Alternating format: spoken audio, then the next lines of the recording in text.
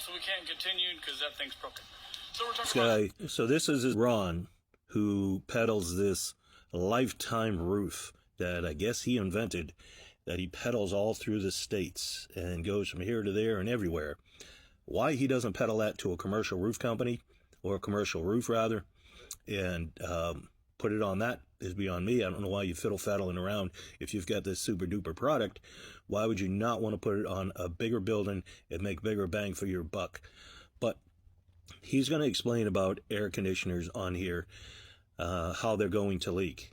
And all these coating companies that I've been telling you about, Flex Armor, RV Armor, this guy, they all admit you will still have air conditioner leaks.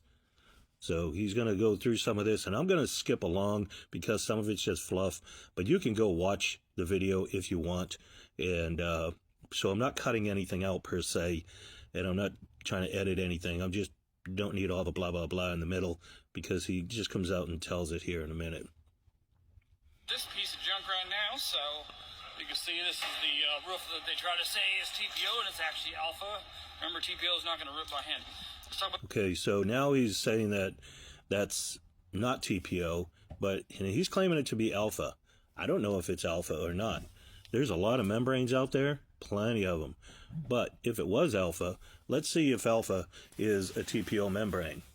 So over here is the alpha site. There's alpha.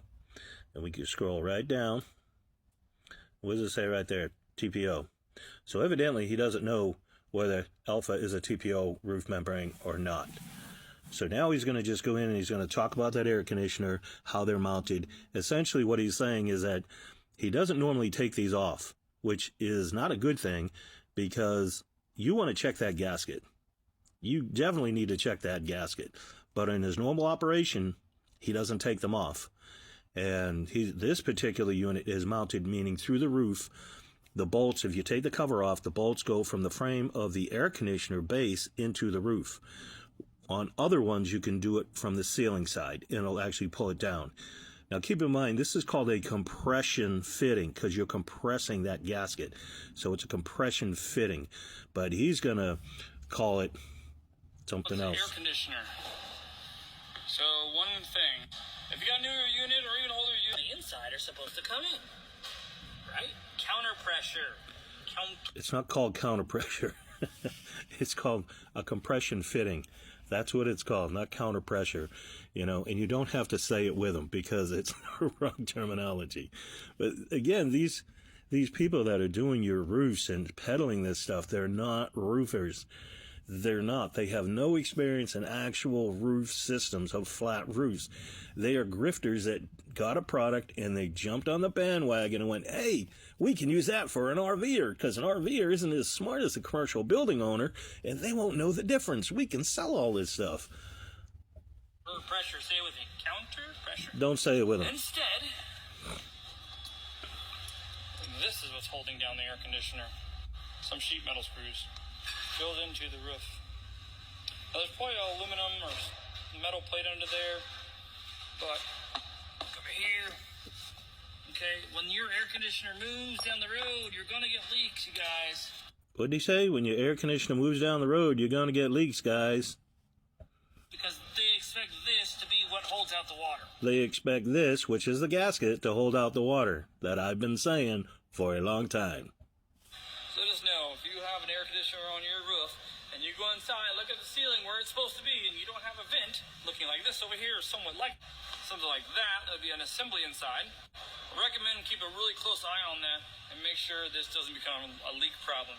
Because the way it has to be installed is I have to install it the same way, unless I'm going to go inside and cut out all the ducting. So did you hear what he said? He has to install it the same way, because he's not fixing your issues. He's not solving your problems. And to be on the lookout for air conditioning leaks, he's outright admitting it. But yet he will say his product is 100% leak-proof for life.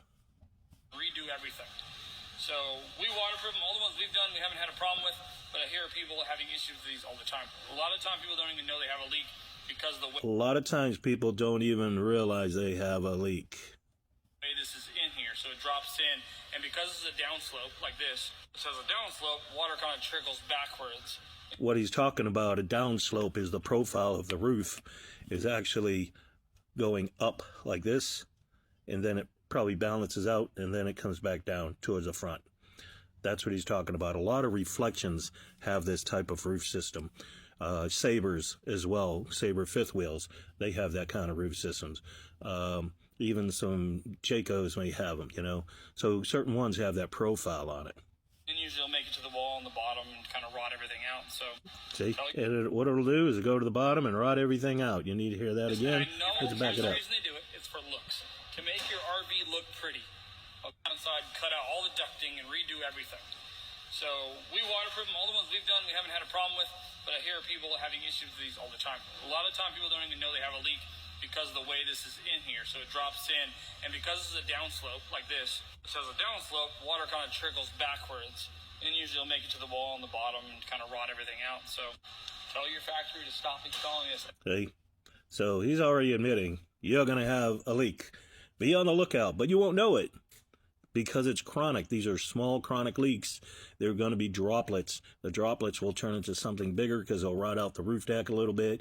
Then it'll get into the framing, if it's a wood especially. If not, it'll get into the insulation. Then it'll go down to the ceiling panel. If you have a ply foam roof, it can actually soak into the foam. And when install it, you got to take stuff off sometimes. You can't just half-ass shit and think you're going to get good results. So we're already at 95 degrees and we're coming along nicely. So the next thing is we're doing our two-part extreme base. So we're going to mix these together. So we already got the one in here. Add the next one. Mix it up for about a minute and a half. Now you see we got a thin layer of the two-part base extreme epoxy on here. And now we'll come back later and try to start installing the forever coat. This is a forever roof. This actually has the lifetime warranty on this one. Forever Labs, you know, all fixtures. Is they've got these little bumps, and they are almost the exact same level as the gasket. So once again, you try to tighten that up. If you've got any dips or irregularity in your RV roof, which I said is very common, you know, a lot of them are OSB, that kind of thing. They're not perfectly flat. Some of them have a slight curve to them, like this roof that this one came off of. I mean, if you look, that's not flat going all the way across. So if you have a Truma and you're having any troubles with water coming in and you can't figure it out, I would highly suggest you take a look at the gasket, because you might be bottoming out before it's ever even squishing that gasket. And for reference, I said a traditional one is kind of thicker and squishy. So if it was sitting on your bottom of your AC, see the difference? so she already said that you're going to have the leaks. We want to do is with the RV Armor roof is we want to actually go all the way up underneath here to the actual gasket or the seal that's on the bottom side of this AC unit.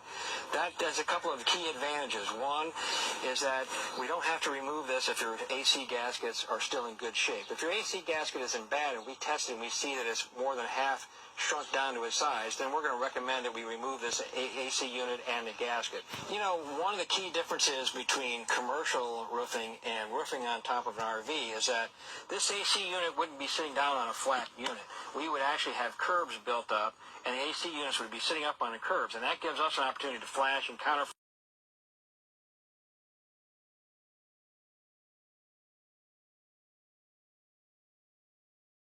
The air conditioner is sitting up on a curb. This is a curb right here. We make these curbs and they're all heat welded in.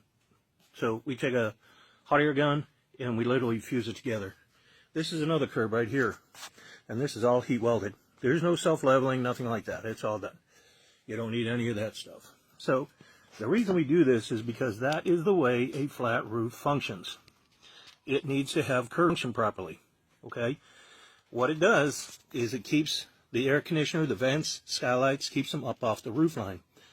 Underneath this AC is a foam gasket. It's just foam, real just squishy foam. The industry just puts that on the bottom of the AC and puts it on your roof, and that's what's supposed to keep you watertight. So as you travel, you're going to get, or even when it's parked, but you're going to get dirt, debris, pollen, all that stuff is going to get into that gasket, and it's going to disintegrate and just cause the gasket to fail. When it fails, then you have water coming in, but it's not going to be like an instant fail. It's going to be chronic. So a lot of times you won't see it, but by the time you see it, the roof deck has soaked up all the water. The framing, if it's wood, has soaked up all the water. The insulation will soak up what it can. The ceiling panel will soak up what it can. By the time you actually see it in the coach, typically you've got a lot of damage. You may even go up on your roof and see it sunk in a little bit. That's an indicator your gasket has failed and it's rotted everything out.